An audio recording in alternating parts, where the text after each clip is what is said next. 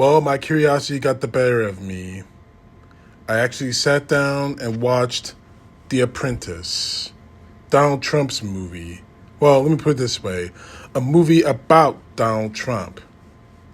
Sebastian Stan, who you all probably recognize from the Marvel Cinematic Universe, is James Buggy Barnes, aka the Winter Soldier, now known as the White Wolf, stars as Donald Trump from the 1970s and 80s.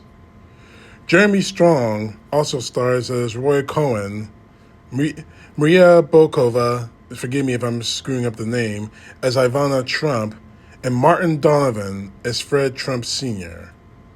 The film starts in 1973 as Donald Trump is being sued by the federal government for housing discrimination.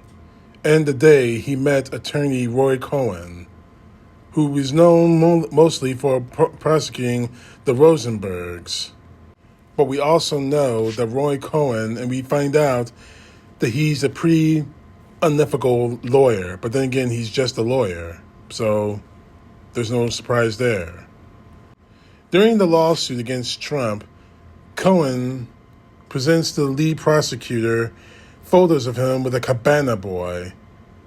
And thereon, the prosecutor sells for the case for little evidence, despite solid evidence of racial discrimination during that trial. And then the two of them become almost like father and son, because in this movie, it makes Fred Trump Sr. look like a dick, which he was in real life. As the two of them became close friends, father and son, Cohen teaches Trump all about being powerful, how to dress, how to talk to the media, and he gives him the 3 rules: always attack, never admit wrongdoing, and always claim victory even if defeated. Wow. That sounds very familiar, doesn't it? But then we find out something about Cohen, who, oh boy, and I won't spoil it for you, but let's just say, Brokeback Mountain. Let's just say Donald Trump caught him in the position of Brokeback Mountain, if you know what I mean. Now, we see, during the course of this film, we see Donald Trump wanting to create his hotel, the Commodore, near Grand Central Terminal, into a Hyatt. Of course, with Cohen's help, using blackmail, audio tapes, and officials, helping Trump gain the $160 million tax abatement for that project. And we see him in the beginning of the development of the Great Trump Tower. And of course, Donald Trump's father, Fred Trump Sr., like I said, he's a bit of a dick about all of this, belittles him, belittles everyone in his family, including Fred Trump Jr., Donald Trump's elder brother, because he became an airline pilot, a successful one, but unfortunately because of Donald Trump and his father, falls into deep alcoholism, to the point where he dies. Later on in this movie, we meet Ivana Zelengova, better yet known as the future Ivana Trump. In the stupidest way you could possibly imagine. They're trying to get into a club, and Donald Trump lets them in, and blah blah blah, yak yak yak. They go to Aspen, where she models, and Donald Trump follows her. And eventually, they get married. And the crazy thing about this is that he gets more resentful of the attention that Ivana gets him, eventually telling her, I don't know why they did this, but Donald actually told Ivana that he's no longer attracted to her.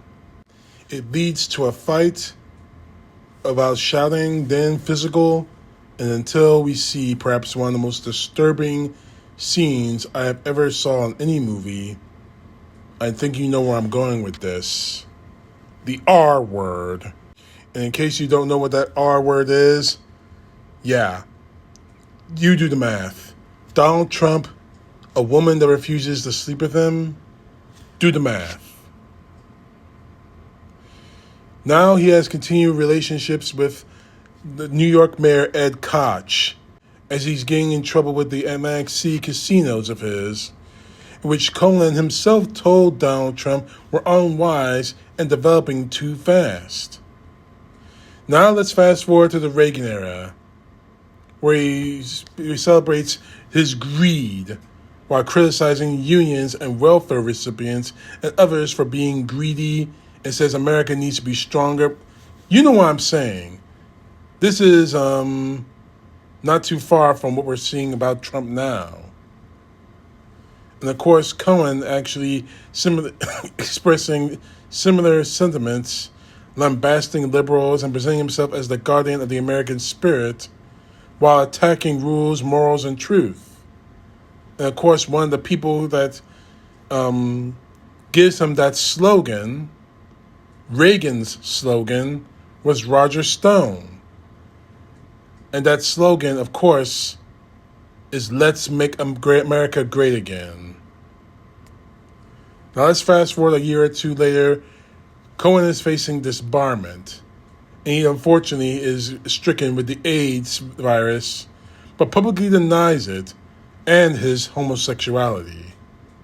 And it's there that we continue to see Donald Trump's inhumanity when it comes to friends and family. Cohen decides to berate him on the street. There's a scene of this in the movie, calling him an ungrateful fraud, then eventually somewhat tries to reconcile just before Cohen's death. He even gave Cohen Trump-braided diamond cufflinks as a birthday gift. But unfortunately, the very next day, Cohen died. And what's sick about it is that the two of them were best friends, well, seemingly best friends, regardless of everything that's happened. But Donald Trump didn't attend the funeral because he was in a hospital getting liposuction and scalp reduction surgeries. In the end of the film, he meets the ghostwriter of his quote-unquote autobiography, The Art of the Deal. And he adopts the 3 rules of Conan and how to win at everything. And that's the end of the movie. Watching this movie, I get a deeper insight as to how screwed up this man really is. This guy is, this guy is screwed up from the floor up. A father who was a dick, a brother that his father and he pushed towards alcoholism till he died, a man who taught him how to be a bastard, and all of it, we are seeing here and now as Donald Trump tries to run for re-election to the presidency of this country. Sebastian Stan did an amazing job burying himself as Donald Trump. But the one flaw I think that this movie really had is that it shouldn't have ended with Donald Trump speaking to his ghostwriter about his autobiography. It should have continued to the present day, well, at the very least when he became president.